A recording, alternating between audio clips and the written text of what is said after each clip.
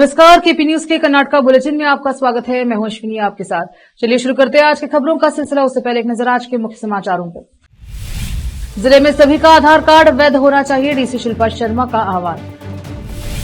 भारत के अछूतों के पहले प्रतिरोध आंदोलन सत्याग्रह की याद में 20 मार्च को महाराष्ट्र के केरा चलो कार्यक्रम। निर्माण श्रमिकों और मजदूरों के बच्चों के लिए निःशुल्क आवासीय विद्यालय, सीएम सिद्धरामैया ने कहा। मंत्री डीकेएस ने जश्न मनाने की योजना बनाई, सीएम सिद्धरामैया ने कैबिनेट फेरबदल की योजना बनाई। बेंगलुरु में मौसम की पहली बारिश, उत्तरी और तटीय जिलों में लू का अलर्ट।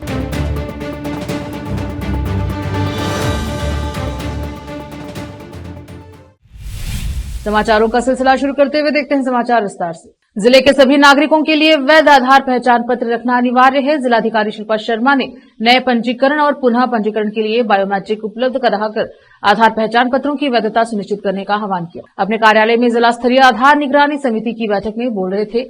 2 लाख नवीनीकरण लंबित, जिले में 2,02,863 लोग, जिनमें 5 वर्ष से अधिक आयु के 1,23,830 बच्चे और 15 वर्ष से अधिक आयु के 89,033 लोग शामिल हैं, का आधार नवीनीकरण लंबित है।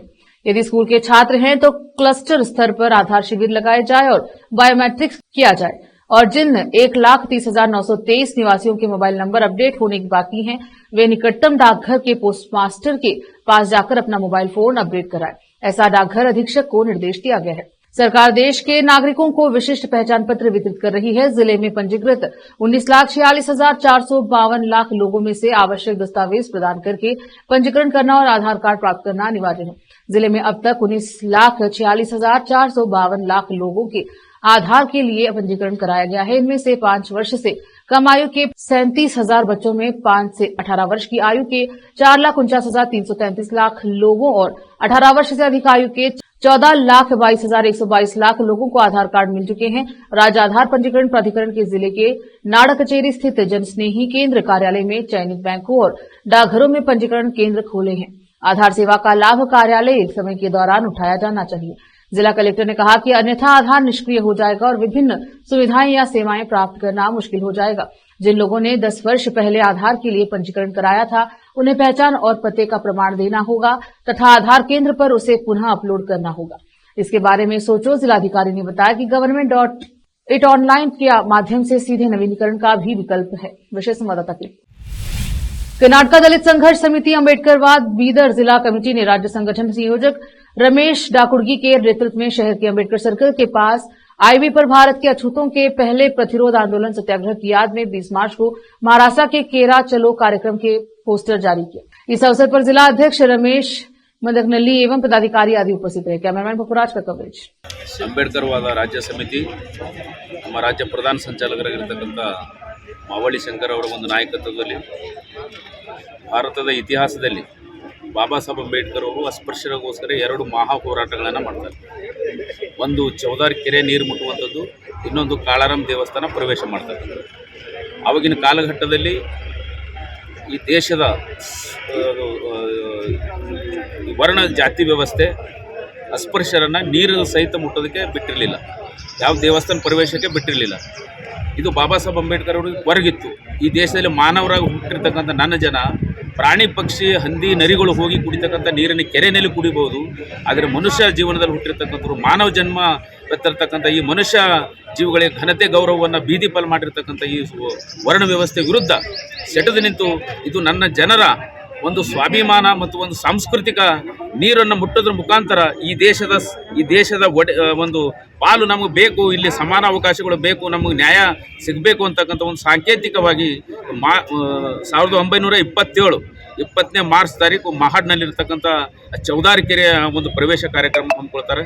ಅವತ್ತಲ್ಲಿ ಲಕ್ಷಾಂತರ ಜನ ಹೋಗಿ ಬಾಬಾ ಸಾಹೇಬ್ ಅಂಬೇಡ್ಕರ್ ಜೊತೆಯಲ್ಲಿ ನೀರನ್ನು ಮುಟ್ಟೋದ್ರ ಮುಖಾಂತರ ಈ ದೇಶಕ್ಕೆ ನಾವು ಹಕ್ಕುದಾರಿಯಾಗಿದ್ದೀವಿ, ನಮಗೆ ಸಮಾನವಾದಂಥ ಅವಕಾಶ, ಸಾಮಾಜಿಕ ನ್ಯಾಯ ಬೇಕು, ನೀರಿನ ಹಕ್ಕು ಕೂಡ ನಮಗಿದೆ ಅಂತಕ್ಕಂಥದ್ದು ಒಂದು ತೋರಿಸ್ಕೊಡ್ತಾರೆ. ಆ ಒಂದು ನೆನಪಿನಲ್ಲಿ ಇವತ್ತು ಕರ್ನಾಟಕ ದಲಿತ ಸಂಘರ್ಷ ಸಮಿತಿ ಇಡೀ ಕರ್ನಾಟಕ ರಾಜ್ಯಾದ್ಯಂತ 20ನೇ ಮಾರ್ಚ್ದಂದು ಜಿಲ್ಲಾ ಮಟ್ಟದಲ್ಲಿ ಕಾರ್ಯಕ್ರಮಗಳು ಹಮ್ಮಿಕೊಂಡಿದೆ.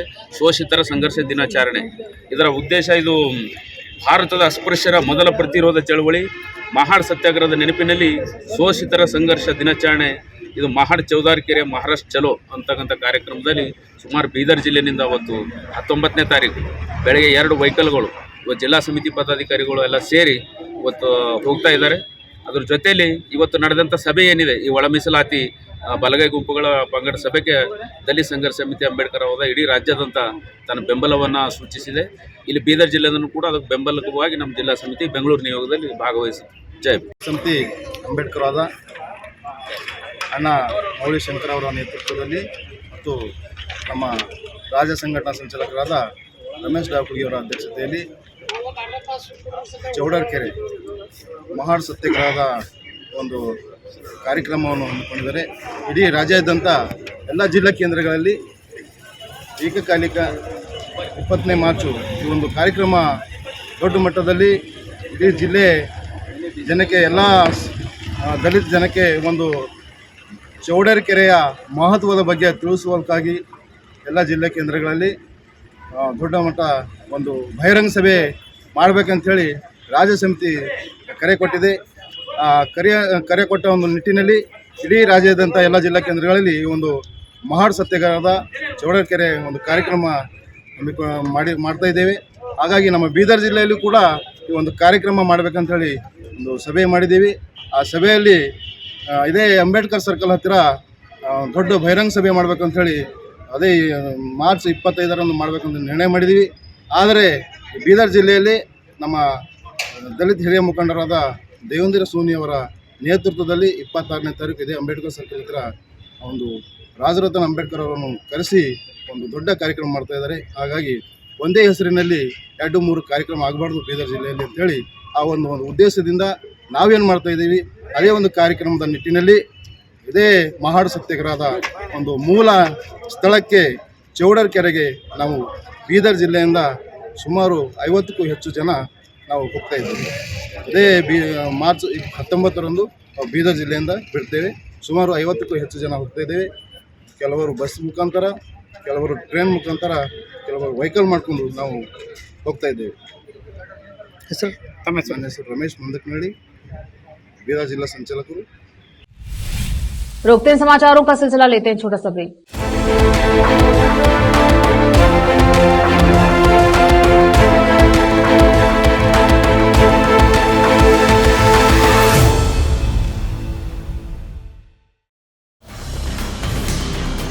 हिंदुस्तान के हर कोने में हम हैं मौजूद।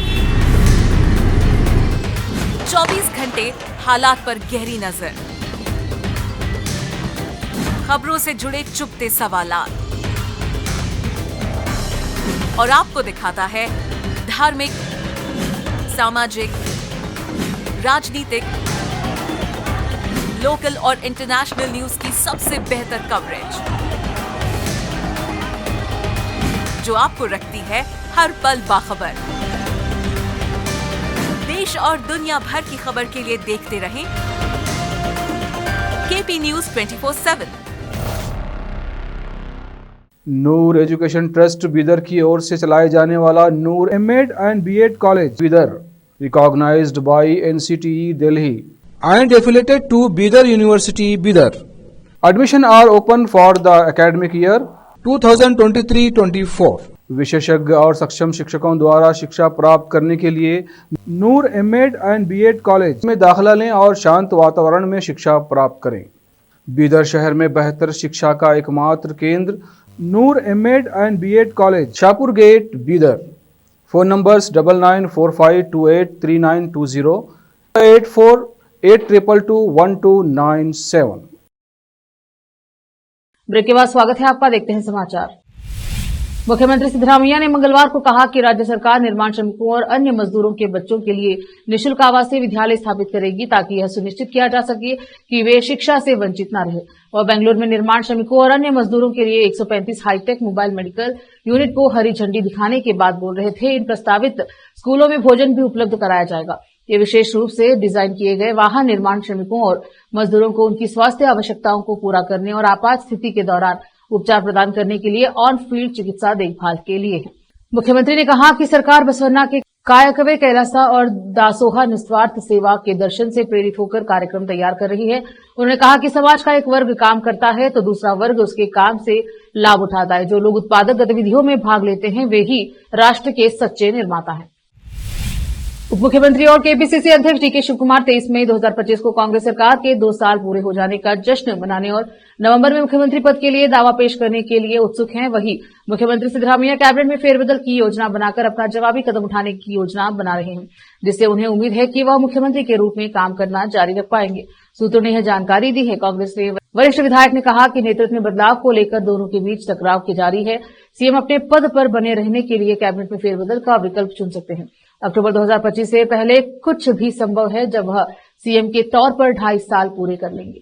सूत्रों ने बताया कि अगर हाईकमान ने फेरबदल को मंजूरी दे दी तो सिद्धरामैया सीएम के तौर पर अपनी स्थिति मजबूत कर लेंगे। उन्होंने पार्टी हाईकमान और शिव कुमार को अप्रत्यक्ष रूप से संदेश भेजा है। सूत्रों के अनुसार वह अपने मंत्रिमंडल से 15 मंत्रियों को हटाने को भी तैयार है। हालांकि इनमें से कुछ का नाम उनके गुट के हैं। लंबे समय तक सूखे के बाद बेंगलुरु वासियों ने मंगलवार शाम को इस साल की पहली बारिश का आनंद लिया। बारिश के कारण पारे के स्तर में गिरावट आई, जिससे निवासियों को भीषण गर्मी से राहत मिली। भारतीय मौसम विज्ञान विभाग आईएमडी के अनुसार शहर में बारिश और बादल छाए रहने का कारण तमिलनाडु तट से दूर बंगाली की खाड़ी के दक्षिण पश्चिम में बनी एक द्रोणिका है, जो समुद्र तल से 1.5 किलोमीटर ऊपर तक फैली हुई है। आईएमडी बेंगलुरु के निदेशक एन पुव्यारसन के अगले 2 दिन में मांड्या, मैसूर, कोडगु, चामराजनगर और आसपास के इलाकों में हल्की बारिश का अनुमान जताया गया है। हालांकि उन्होंने कहा कि आने वाले दिनों में उत्तरी और तटीय कर्नाटक के अधिकांश हिस्सों में लू चलने की चेतावनी जारी की गई है। आईएमडी के अनुसार रायचूर, शिवमोगा, हासन और मांड्या सहित कर्नाटक के अधिकांश हिस्सों में न्यूनतम तापमान में वृद्धि हुई है। इसके अलावा बेलगावी, बीदर, विजयवाड़ा, धारवाड़, गदग, कोप्पल, हावेरी, रायचूर, बागलकोट, बेंगलुरु, चिकमंगलूर, चित्रदुर्गा, हासन, चिंतामणि, मांड्या, मडिकेरी, शिवमोगा, चामराजनगर, अगुम्बे और दावणगेरे में अधिकतम तापमान बढ़ रहा है। रोकते हैं समाचारों का सिलसिला, लेते हैं छोटा सा break. Noor education trust Bidar की ओर से चलाए जाने वाला Noor MEd and BEd college Bidar, recognised by NCTE Delhi and affiliated to Bidar University, Bidar. Admission are open for the academic year 2023-24. विशेषज्ञ और सक्षम शिक्षकों द्वारा शिक्षा प्राप्त करने के लिए नूर एमएड एंड बीएड कॉलेज में दाखिला लें और शांत वातावरण में शिक्षा प्राप्त करें। बीदर शहर में बेहतर शिक्षा का एकमात्र केंद्र Noor MEd and BEd college, Shahpur gate, Bidar. Phone numbers 9945283920, 8482221297। Break के बाद स्वागत है आपका। देखते हैं समाचार।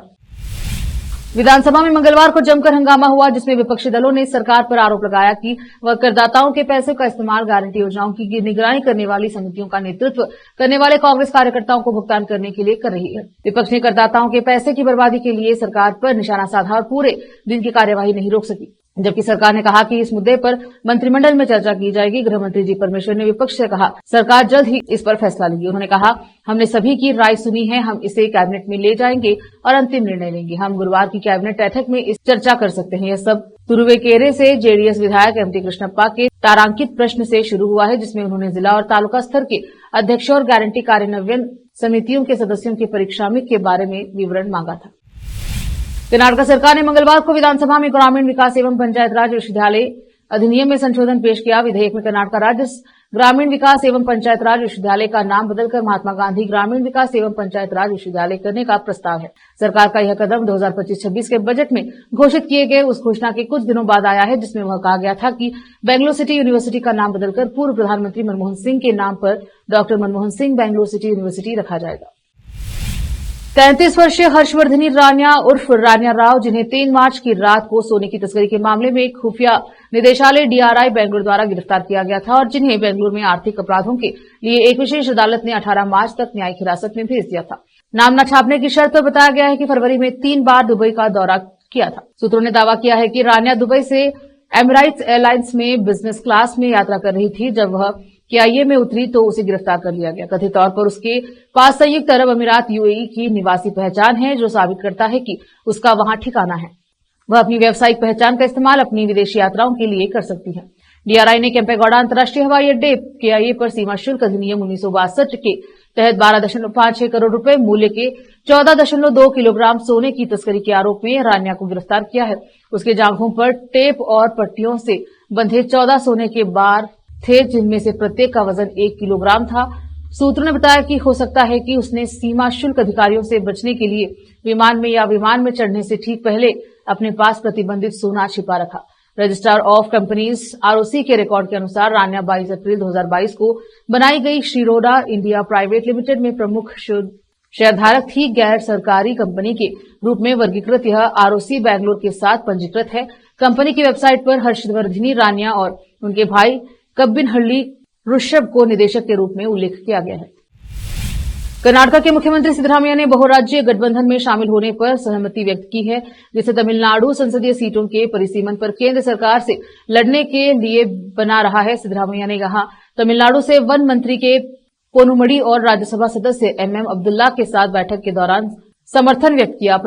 प्रतिनिधिमंडल सिद्धरामैया को संयुक्त कार्यवाही समिति जेएसी में शामिल होने के लिए आमंत्रित करने आया था, जिसे तमिलनाडु, केरल, आंध्र प्रदेश, तेलंगाना, पश्चिम बंगाल, उड़ीसा और पंजाब के साथ मिलकर बना रहा है। प्रतिनिधिमंडल ने उप मुख्यमंत्री डीके शिव कुमार से भी मुलाकात की। सिद्धरामैया के कार्यालय से जारी बयान के अनुसार उन्होंने तमिलनाडु के अपने समकक्ष एमके स्टालिन से भी फोन पर बात किया। बयान में कहा गया, सीएम सिद्धरामैया ने दक्षिणी राज्यों की लड़ाई को अपना समर्थन दिया। फिर से एक नजर आज के मुख्य समाचारों पर। जिले में सभी का आधार कार्ड वैध होना चाहिए, डीसी शिल्पा शर्मा का आह्वान। भारत के अछूतों के पहले प्रतिरोध आंदोलन सत्याग्रह की याद में 20 मार्च को महाराष्ट्र के केरा चलो कार्यक्रम। निर्माण श्रमिकों और मजदूरों के बच्चों के लिए निःशुल्क आवासीय विद्यालय, सीएम सिद्धरामैया ने कहा। मंत्री डीकेएस ने जश्न मनाने की योजना बनाई, सीएम सिद्धरामैया ने कैबिनेट फेरबदल की योजना बनाई। बेंगलुरु में मौसम की पहली बारिश, उत्तरी और तटीय जिलों में लू का अलर्ट।